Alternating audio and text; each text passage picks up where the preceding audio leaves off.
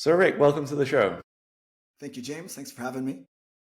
What inspired you to start Salesforce Europe, and how has the landscape of tech expansion and outsourced sales services how has it changed over the last 20 plus years? Thank you. Good question. I was inspired about 25 years ago. I moved from San Francisco to Europe to launch Europe for three different tech companies as the GM of Europe and had to build my own teams, the lead generation teams, the sales management, open up offices, incorporate, do taxes, legal. And there's just a lot of heavy lifting and cost and time lost in that whole process. And I thought, well, there must be a better way to do this. And so in 2003, I founded Salesforce Europe to really add speed and intelligence to that whole lead generation process. And since then, we've helped about 500 technology companies expand in Europe. And then you asked how things have changed. When we founded the company, most businesses were fairly traditional and how they approached expanding into new markets. People were working in the office. You were either an employee or not an employee. There wasn't much in between. The whole concept of kind of hybrid working, remote working, extended sales force, fractional anything was quite new, and just some people were open to it and some people weren't. You might outsource a digital marketing agency or some brand work or maybe some PR, maybe some lead generation, but rarely sales. And everybody worked in the office. And now with people working remote, working partially in the office and outside of the office, or with the really explosion of employer of record companies where you can be fully employed but by somebody else, or by service companies such as us, where we can provide fully dedicated managed people as an extension of the client's team. I think it's really opened up the market. So I think mentality of companies are changing, that you don't need to have employees anymore to grow your business and be a successful company. Yeah, yeah, and certainly the outsource, like the freelance mindset. I mean, it must have exponentially changed over 2020 and the whole pandemic and all that craziness that was going on there, where office work no longer became a thing for a while, and then that mindset shift was that. Did you find that a pretty exponential change in mindset and shift in mindset that sort of time? Yeah, definitely. I mean, it kind of gave the thumbs up to everything that we were already doing. I mean, Mm. I'm in a home office right now. I've been in a home office from the start. Even though we have an office here in Madrid, I preferred to work here because I can start earlier, I can work later. I don't need to be in an office. I go into the office often, where we have, let's say, lead generation people where they're younger and they need the ongoing mentoring. Sure, they can be in the office for part of the time, but we have technology tools that help support activities of people. And so, people just get on with the work, and all of our senior people work remote because they want the flexibility. And you mentioned kind of the entrepreneurial mindset as well. A lot of people would prefer to work half time or part time on different interesting engagements, and don't necessarily want or need to be full time, fully engaged, kind of married to one company. So I think it's changing on both sides. People Mm. want more flexibility and autonomy, and really focus on where they can add the most value. And companies appreciate that, and bring people in under the right structure and management to leverage various skill sets to be able to grow a business. Mm. How do you sort of deal with, so you partner with a new client, a new company, and then how do you deal with like being that external partnership? How do you integrate with on how do you deal with integrating with their existing ways of doing things, processes, systems? How does that kind of work, and what do you do there? Yeah, it's a big step. The first step is to help companies understand really what that structure and those processes are. I mean, many companies, especially a scale up, they've grown so fast and kind of organically, they don't even have their own sales processes documented. Where is their revenue coming from? Who is their ideal customer profile? How are they managing the customer journey from first brand awareness to marketing qualified to lead, sales qualified lead to opportunity into deal, and what are those metrics? So we help companies understand those metrics in their own business, then look if they're expanding where these ideal customer profiles are, and then replicating their same team structure and their same culture in new markets. So really providing full-time, fully dedicated people or half-time as an extension of those teams. And then when they see that job profiles are the same and the work processes are the same, and they're sitting in the client systems, and if they don't have a tech stack, they can also sit in our systems. That culture flows through, because quite often their management is the same. They said the job titles, the targets, everything is quite similar. They can attend sales kickoffs. The client management often comes to Europe and spends time with us. So there's a lot of kind of building of the team, team building exercises, et cetera, and that all really helps. So just because you're an employee doesn't mean that you automatically get that culture of the company if you're remote, right? So whether you're an employee or you're an employee through an employment of record company or you're a third party, those processes need to be managed and built and make sure that culture is maintained. Yeah, that makes a lot of sense. I can imagine you probably give a lot of clarity to, a fast growing company that's scaling fast, and you're coming in and then you're sort of mapping out, their current processes to integrate, and, looking at the right metrics and that sort of thing. I can imagine that gives a lot of clarity to a company, just that phase before you even, then look to expand and bring in what it is that you're looking to do. Yeah, it's an important phase. The whole process of really developing your sales ops is really big in San Francisco. So there's a lot of, like the Alexander Group and others, some really innovative consulting companies that are completely restructuring how companies look at sales and marketing. And that's starting to flow through to Europe right now. It's hot in the UK and it's starting to go into Europe. And we work with a lot of those consulting companies. So we can do go-to-market strategy, but we also plug into people who only do go-to-market strategy, and then we help deliver on that.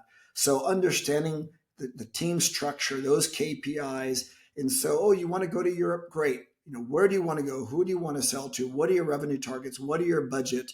What is your target average contract value? What is your target cost of customer acquisition? All that we should understand and build a team around it. Quite often we have calls with clients and they say, we're a Spanish startup, we're a UK startup, we're a San Francisco startup, and we want to open Europe. How much does it cost? If we say, well, you want to buy a car, how much does it cost, right? So tell me what you want to do. Like what is your strategy, and who do you want to sell to, and what does your team look like in the US, and how can we replicate that success in Europe? So it all really builds from the original strategy of the client. Yeah. Yeah. So original strategy, and then what are the key factors, contribute to their success? So like success stories that you have with clients. What are the key factors that really contribute to that success of expansion and growth into Europe? Probably the number one that we see is really focus on one product and one service in one vertical. Companies that are really good at one thing and just master that vertical. And you look at their website and you look at their sales material and you look at their sales team, and everything is built about being absolutely best in this vertical. I mean, you look at AI these days, AI is everywhere. So we talk to a lot of companies that say, oh yeah, we can apply AI to everything. We're really good at this. And we have this model. And those companies struggle. But the companies that say, hey, we're the best AI company in HR or in recruiting or in invoice management, then it's easier for us to say, okay, you're AI for recruiters. So you want to be targeting professional recruitment companies and larger companies with internal recruiting. We can build a sales team around that. We can build marketing strategies around that. And those are the companies that are typically more successful than others. So, for example, one of our big case studies was a San Francisco company called Livefire. And they were the ones who really kind of invented the whole social interaction between newspaper publishers and magazines and their readers. So a journalist would write an article and then people could comment on that article. It's everywhere today, but we launched them in Europe.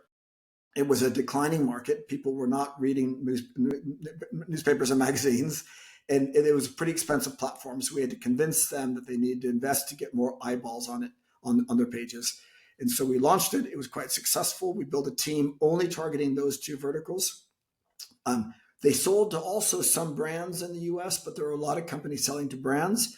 And even though that was a bigger market and had more money, it was also much more competitive. So we just focused on one vertical and made it quite successful to the point where we partnered with Adobe, and then Adobe ended up buying the company. Mm. Yeah. So do you? So you kind of mentioned like really niching down, focusing on one product, one vertical. Do you have a lot of involvement in identifying what those are, and how do you kind of go about that in the go-to-market strategy? Yeah, if a client doesn't have it already defined, we have a process called our sales assessment, which is basically a 1 day workshop that we sit down with the management team. It can be on site, preferably, or it can be remote, maybe broken into a few sessions, and really just drill down in their business. We look at their current clients, their wins, the losses, and the clients that are happiest. Your ideal customer profile, the ones that get the most value out of your product and your service. Maybe you've got 100 clients, but only 30 of them are really that ideal customer profile. Maybe 70 of them you've won them and they're clients, but maybe they're a bit too big or a bit too small, or you had to do a lot of customization in your services to really make it fit. So look at those 30 where the sales cycle was probably shorter. They're going to stick with you longer. They're happier. They're reference clients. And then let's really build a sales strategy around how we replicate that success and finding more of those 30 type, that vertical when we expand it to new markets. Yeah, makes a lot of sense. You're uncovering data that exists in their business that they maybe haven't identified, untapped, and you're just really capitalizing on that.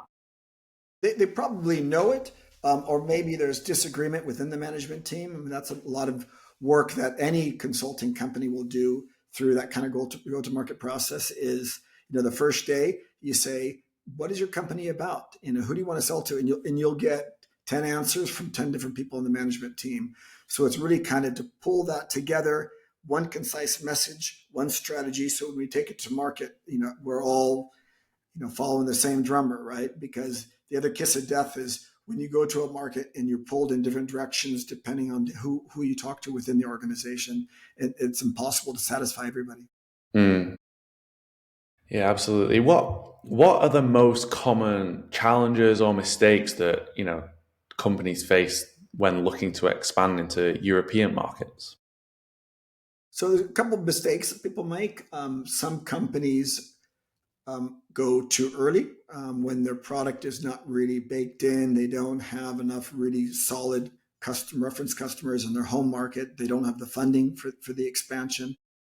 Other companies go too late. So, they really create a new market in their home market, and then copycats jump into the new markets first.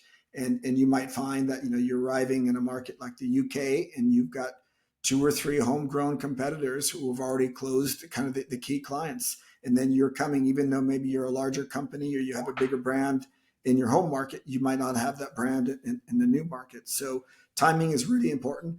So that the product has to be right, the management team has to be ready, the funding has to be ready. Going into a new market, even working with a third party like us, still takes time from the management team. So you still need to be able to support it financially, from sales process, from an operational process. All that has to be thought out. Planning has to be done well, as I shared. So you really have to understand who you are and who you want to sell to. Some market planning. So if you know who your ideal customer profile is. So we had a client that was targeting tier 2 telcos in Europe, for example, and they wanted to go to all the big markets, but we really didn't do enough pre-planning for all the markets. So you look at a market like France, when the telcos get beyond maybe 10,000 subscribers, they get bought by one of the big four. So that tier 2 market just doesn't exist. Well, we went to France, we tried to sell for a year, and the tier 3s were too small and the tier 1s built their own. So if we would have done better market planning, we could invested that money better in other markets. So Mm. really, understanding who you are, focus on, do that good plan. Well, do your planning define where those customers are, and then build a team. The other point is quite often people in a new market will just hire somebody that they know or hire somebody that was introduced to them who will typically build their own strategy in their own team, how they've done things in the past. And that strategy, that team might not really be built on how you've successfully built a team at home. So it's, build that team based on what's working in your home market and then apply that to the new markets with the local subtleties. Just don't hire somebody or somebody that you recruit who's going to kind of do it his or her own way in these new markets. And Mm, that's an easy way to kind of burn 6 to 12 months in a market by just hiring the wrong person up front. yeah. Yeah, you mentioned AI. How do you see AI transforming or, currently transforming the sales business development landscape? AI is everywhere. We have a deep tech stack using companies like Salesforce, Cognizant, and Clay, and all these tools have AI integrated into them. So AI makes people's jobs easier. It helps us clean up the data better, segment the data better. It gives us ideas for writing content. Um, it can do a lot of manual tasks like note taking and transferring those notes into the CRM and help create actions. What it's also doing, I think, on the negative side, is it's flooding the market with just poorly created content. So if people are relying on just email outreach for their lead generation or digital marketing, that's their lead or LinkedIn, it's harder than ever to get your message across because AI for many companies is just spewing out tons of content that's really not that relevant. So we believe, especially in enterprise sales and channel sales, that it's more important than ever to have real BDRs and SDRs and real salespeople building real relationships with their customers, using AI to enable and support that, making their jobs more efficient, but not doing their job for them.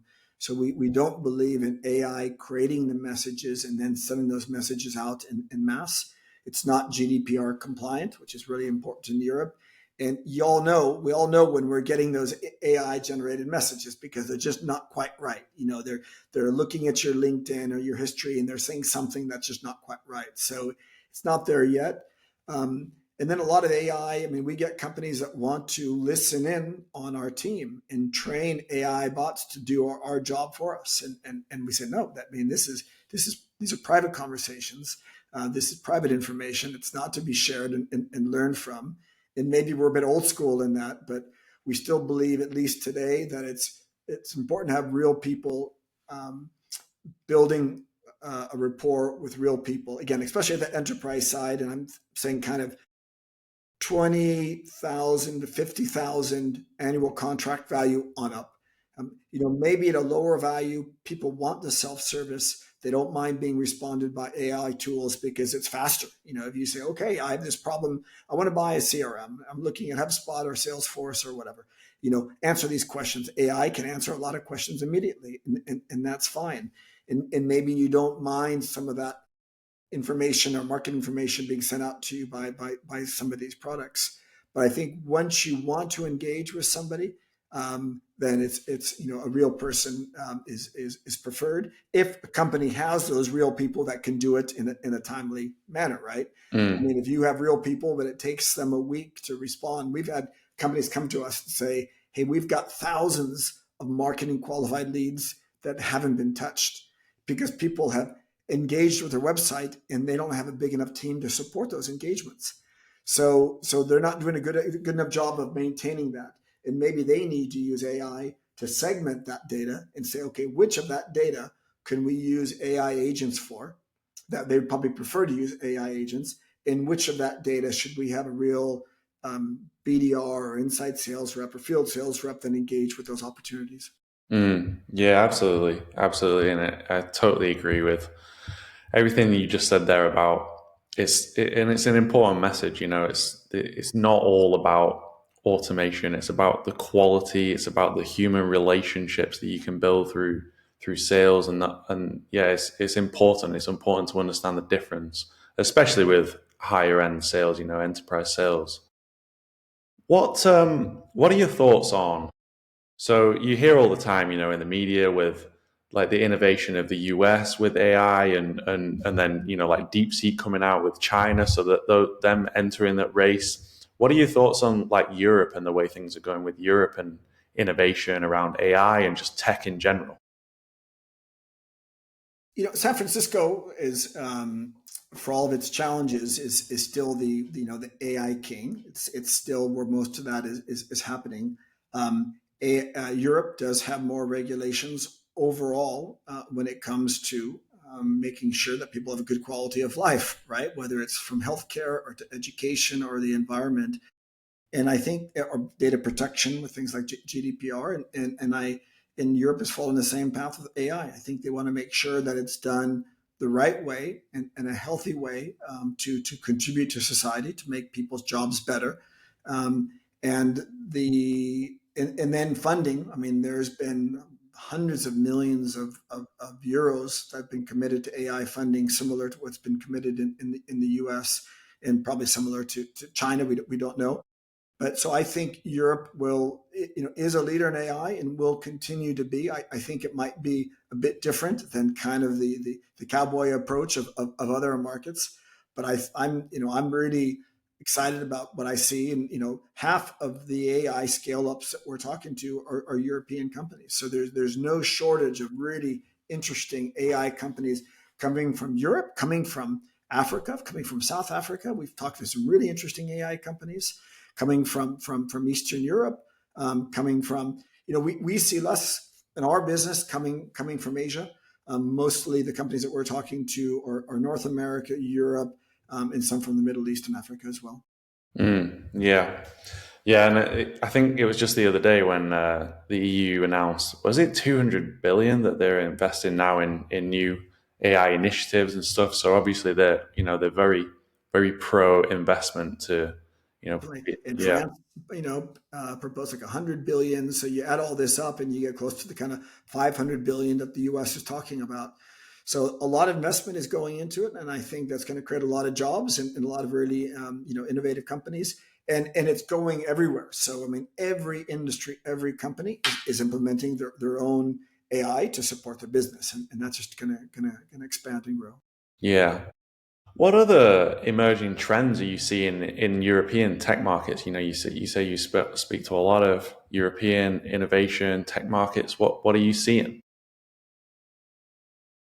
The Mobile World Congress is coming up next month. Europe continues to be a leader when it comes to mobile. I think so many different, mobile payment solutions and services over mobile. The Mobile World Congress, it's just not about mobile these days. It's everything. It's all kinds of connectivity. It's e-commerce. It's security. It's robotics. It's IoT. So I think there's 50 countries in Europe and so many different verticals and industries, and each country has its own banking industry, retail industry, telecom industry, manufacturing industry. There's a lot more targets available as far as just volume of targets. Maybe they're not as big as there are, let's say, in the US being a massive market or in China being a massive market. So that creates a huge environment for scale ups to come and disrupt different verticals, whether it's, I said before, invoice payments or security or what have you. So, there's just a lot more investment happening as well. I think also more thoughtful investment, where it's, investment in San Francisco is quite cutthroat. A VC might invest in 100 companies, and if 70 of them are failing, no problem, just in 3 years turning them off and focusing on the 30.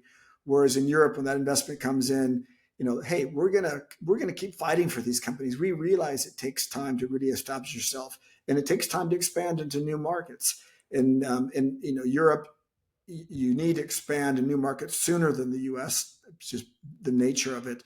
So I think the VC market is a friendlier environment and gives these startups more time to really make it. Hmm. Yeah. You mentioned lead gen as is a big part of what you do with go to market and the increasing noise out there because I guess the lower barrier to entry for utilizing tools to enable agencies to come into that space, which has become pretty crowded. I'm sure you get bombarded in your inbox, with outbound emails and mostly low quality. How do you kind of cut through the noise or differentiate to not be seen as another lead gen agency and that sort of thing to businesses? We provide a high quality service to B2B companies in enterprise space.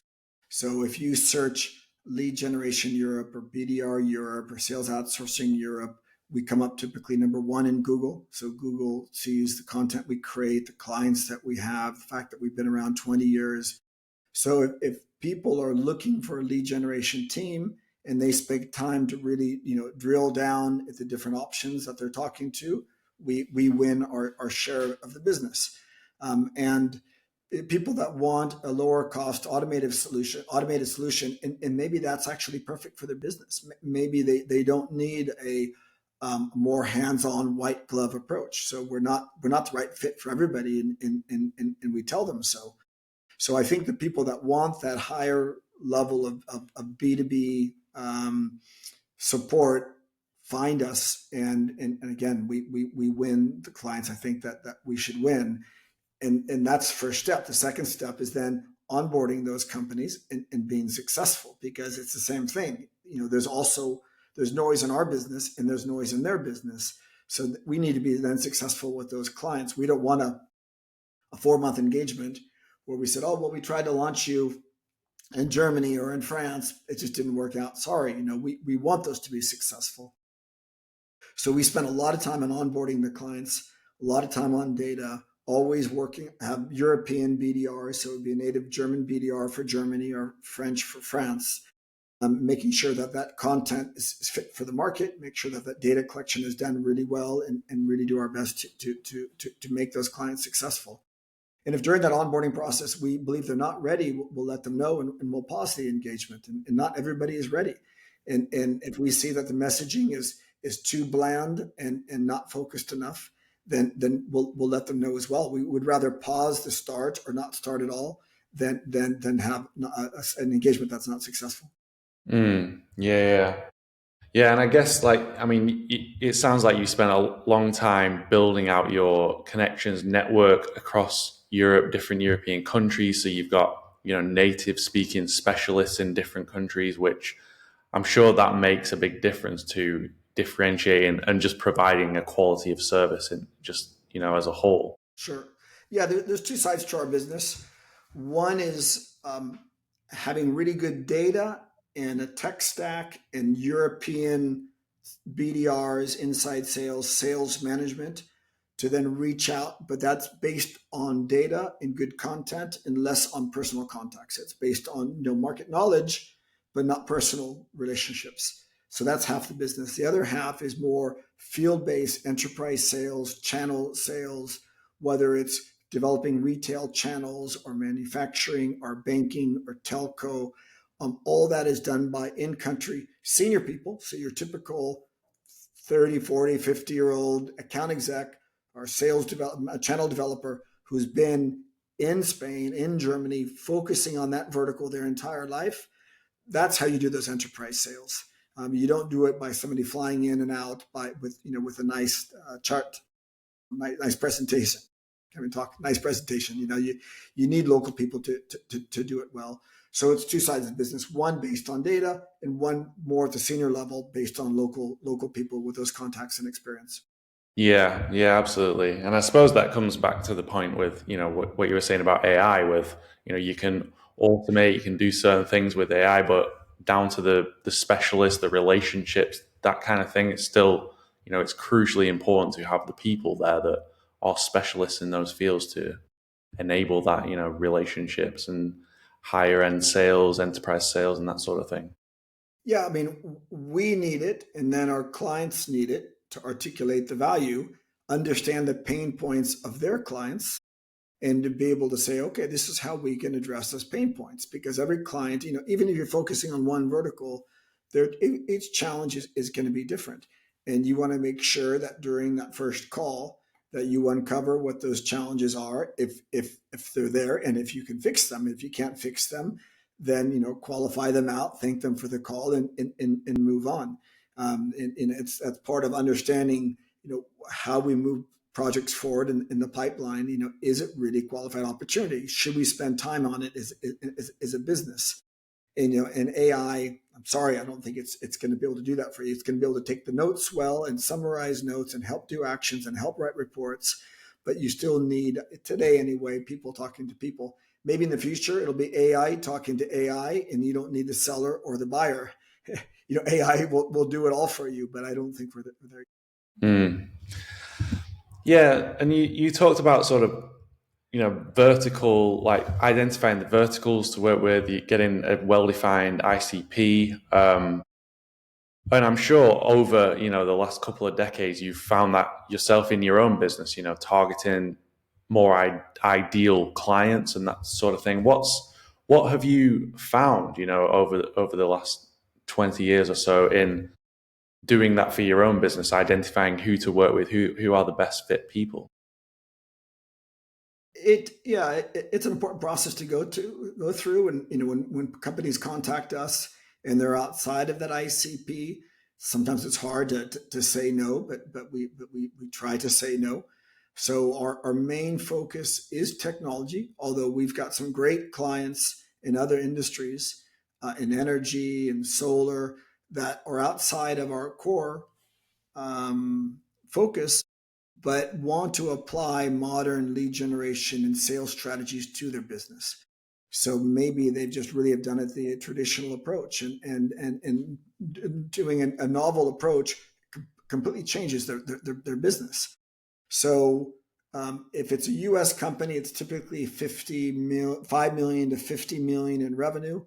So they're Series A, they expanded in the North American market, and their Series B or their Series C, that's when they're typically looking at Europe.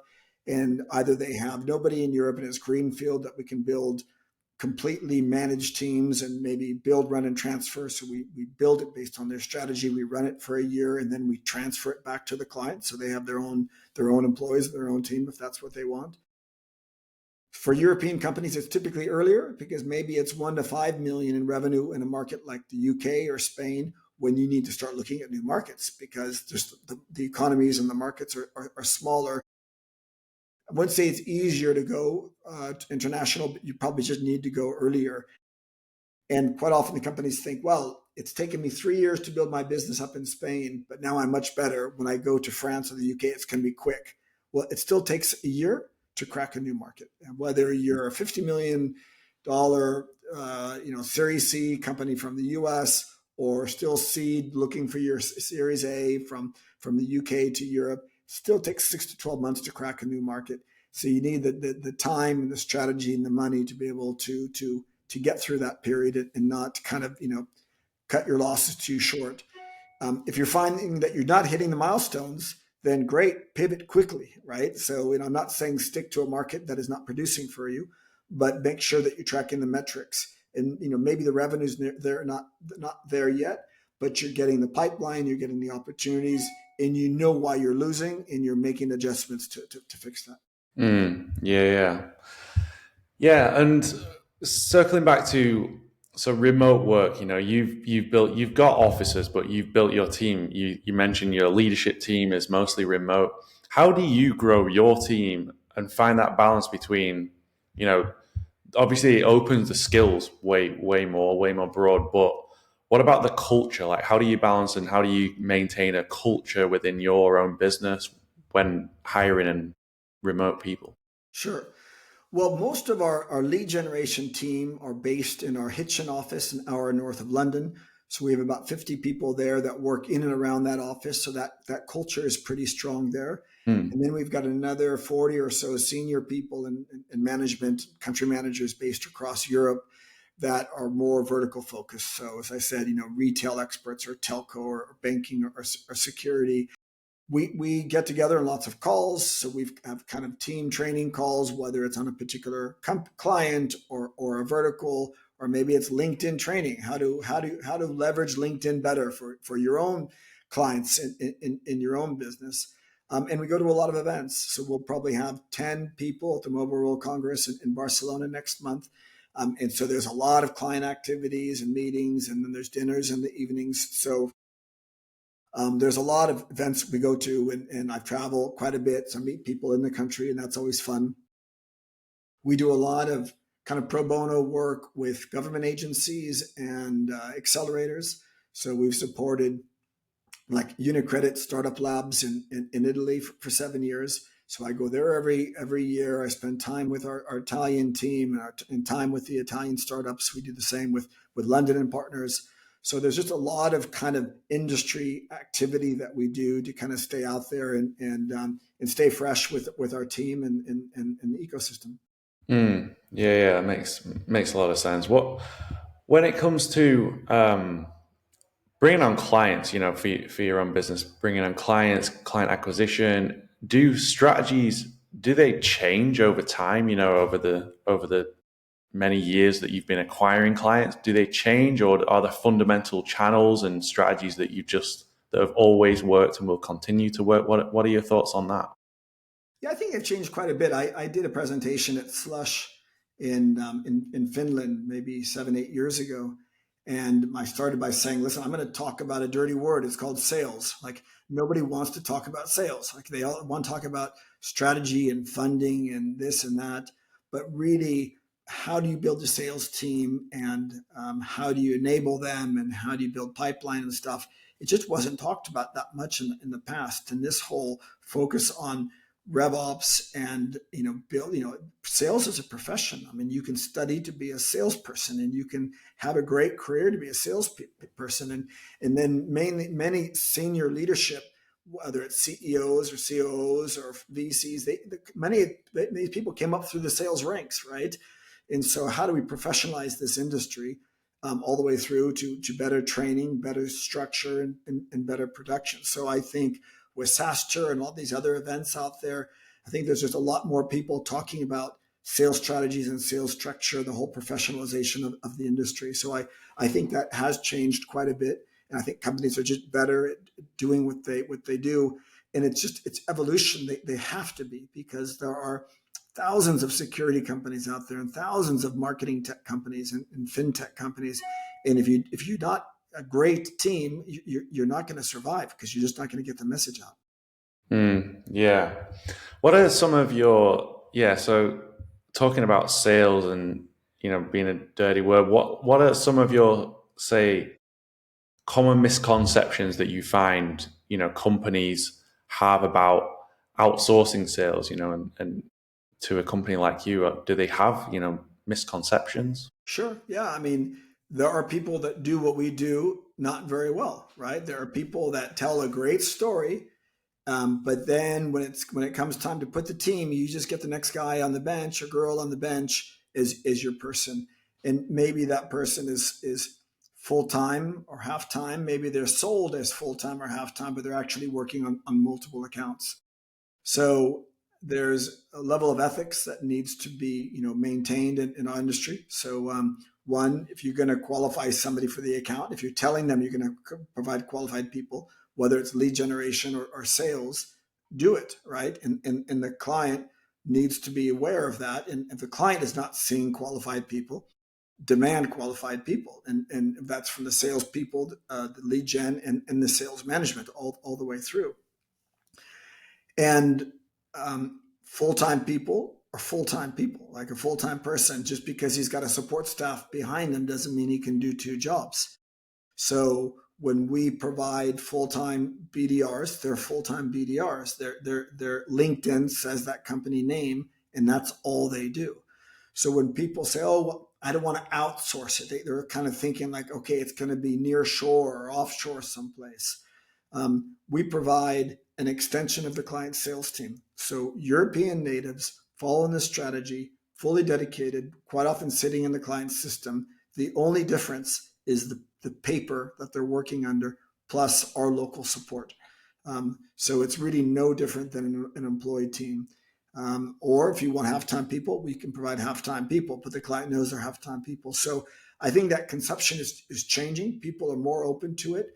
But people said, "Oh, we tried it, it didn't work." quite often they tried it with some, either they weren't enabling that partner correctly, because you need to spend time, train that partner. You need to have a product that's ready to sell. So they can say, oh, it didn't work. Well, maybe the partner was great, but the product wasn't ready, right? So the product needs to be ready. The management team needs to put in the time. You need to choose the right partner, and that partner needs to build the right team and be quite clear on how much time that team is dedicating to the engagement. Yeah, yeah, absolutely. What's the long-term vision for Salesforce Europe? I think we just continue to grow and support our clients. There has been some consolidation in our industry. People have been bought and merged, and PE companies know we're out there. So, but right now we've really built the company to support our clients and mainly focusing on the European market. I think we do have some clients that we support in other markets, such as the US. We typically do that because we know the clients well. We can start in the US with the idea to bring them to Europe as well. But I think having a European focus is really helped us, because Europe is hard. So for now, I think just continuing to support our clients, build our tech stack, build our team, and just try to be the best company to help tech companies scale in Europe. Yeah, nice. And as the CEO, of a pretty big team, growing team, how do you what does your sort of day to day, week to week look like? Is it routine and structured, or is it fast changing? And what does it kind of look like? And what initiatives are you sort of working? Yeah, that's an interesting question. I'm a big believer in kind of work-life balance, and that's one of the reasons I've chosen to work from home. So I take the kids to school in the morning, and then I get my cup of coffee and I sit down, 9, 10 o'clock to kind of engage my day. Spend a lot of time talking with the team, with the clients. We have our own professional BDR team and sales teams, so most of our accounts are supported by them. Our new accounts coming in, and once we sign an account, every new client has its own sales management team. So I'm here. There is more of helping with strategy, with contacts, with escalation, and that frees enough of my time up to do events and strategy and think about how we serve our clients better, how we find new opportunities, new verticals, new partnerships. Sorry. And yeah, I mean, it's just, and then 4, 5, 6 o'clock, the kids start coming home, and I try to wind down my day in front of the computer and spend time with the family. So I think that's really important, to have that balance and spend quality time at work, doing high value things. And if AI can help taking notes or whatever, then great. And then the proper balance at home. Yeah, yeah. And do you find it easy to just switch off? Switch in and out of work and home. Is that ever an issue? Or It was at first. I mean, I kind of miss that commute where you kind of detox and you're mm, like, oh, okay, relax. mm, But I've been now working from home for over 20 years, and I just don't have that luxury anymore. You turn off, and the family doesn't care what kind of day you had. They've had their own day, and you need to be present immediately. So I think I've just gotten better at it. I guess it's like speaking multiple languages. You're speaking English 1 second and Spanish the next, and you just need to switch. It's the same thing. You just need to switch, and no matter how hard your day was, you need to put a smile on and go out there and face the family. So, but it definitely was a process. I remember almost kind of missing that commute where you could kind of slow down a little bit and be ready for the next part of the day. mm. Yeah, it's really interesting you mentioned that, because I can definitely relate to that. 5 years ago or so, when that commute, it was definitely a huge thing. The drive home, totally just reset and switching off, and then switching into, hey, this is home and personal time now. Yeah. It's a big thing. And And it's important to still keep that barrier. I mm, mean, just because you're working from home doesn't mean you're always on with the phone, mm, right? Because then you're never switched off. And I think the brain, to be more successful at work, the brain needs to switch off work, right? You need at 5 o'clock, whatever time that is, switch off and have your personal time, whether it's family or whatever. switch off, and then you're going to be also better at that next thing. Whether you're Mm, in the gym or you're playing with your kids, you can't be thinking about work and looking at your phone. And if you're doing that and responding, you're not responding very well either. Right. mm, So I'm a big believer if it's really black or white. You're at your desk, whether it's home or in the office, and you're working, or you're you're on a hike and you're on a hike. You're not checking email and doing whatever. You got to disconnect. mm, And I think when you do that, you're just better at both things. yeah, yeah. Yeah, well, that was awesome, Rick. I really appreciate this conversation and your insights there. So, yeah, thanks so much. And just for the audience, where can they find out more about you? Online. Where can they go and maybe? Sure. So we've got a pretty easy name to remember, salesforceeurope.com. Nothing to do with the CRM company. We just got here first. So you can find out what we do on the web. You can contact us via the web. So you can fill out the form or send us an email. And my details there are Rick Pizzoli at salesforceeurope.com.